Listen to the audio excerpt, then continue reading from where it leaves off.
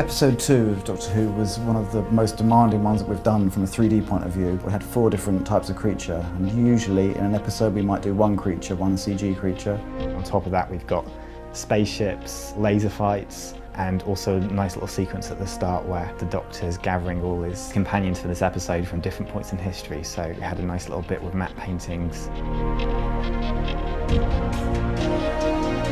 One of the technical challenges, we had a Triceratops, which they'd made a prosthetic for, so a lot of the close-up shots were done on set.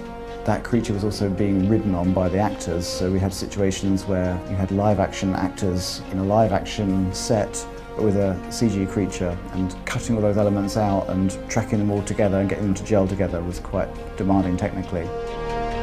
The Triceratops was great to work on because it also had a lot of personality and it was really integral to the plot, to the storyline of the show. And I think the audience got an emotional connection with it. A lot of that's down to our animation team, who had a tremendous amount of animation to get through in a short amount of time.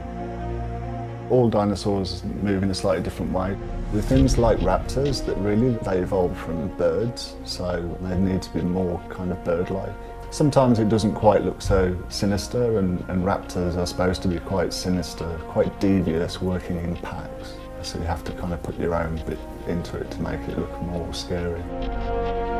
One shot in particular, which was a good fun shot to work on, where we used a mini helicopter to take the shot over a beach, and then we could track that shot and put in our pterodactyls flying past the camera.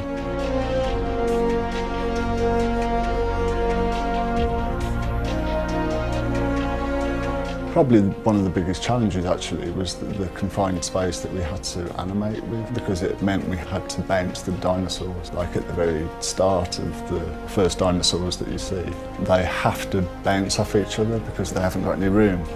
They shot some nice plates of blowing up bits of the wall and pillars and stuff where they bashed into them, which just helped, sit them into the environment a lot more. On top of doing these 4 creatures for the episode, we also had to design and build an alien spaceship. We've done so many UFOs and spaceships on Doctor Who that we tried to think of new looks and new ideas along with the producers of the show. We came up with something I think is really fantastic. It's a kind of organic structure with bits of tech and bits of rock together.